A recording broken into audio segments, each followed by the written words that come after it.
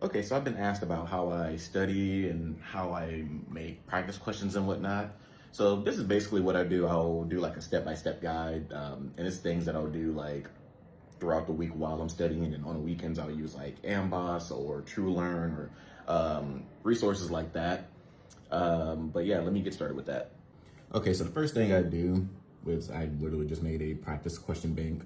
Um, is I'll go to like my Canvas for my school or whatnot.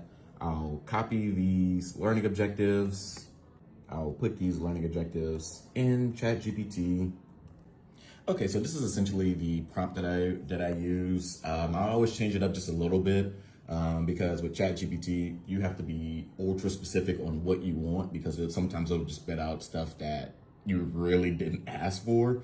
So I'll always change it up and whatnot. And then I'll say like, can you make Amboss/TrueLearn clinical vignettes, like about five or more sentences, style practice questions that are USMLE Step 1, Complex Level 1, difficulty, using the information from the slides based on the learning objectives, which are these. And then I also put in my slides just so it's giving me information that I need for like my exams that are coming up.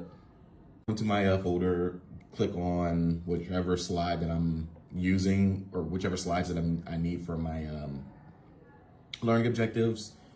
I'll let that load in there. And then it's gonna generate me a bunch of questions.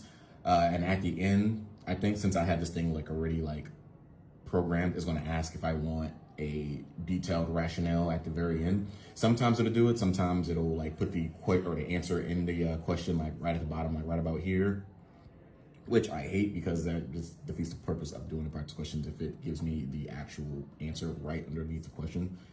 Okay, and it actually just made the answer key without me even asking.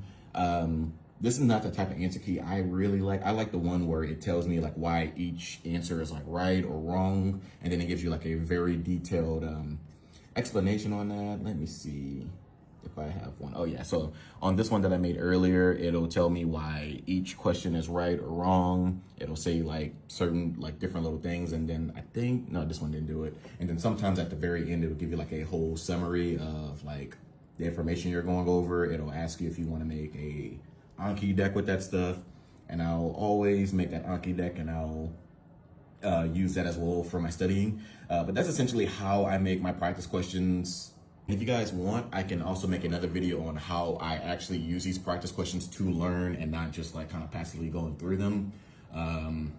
So yeah, this is basically how I do it. I know a lot of people have been asking how I make my practice questions. So here you go.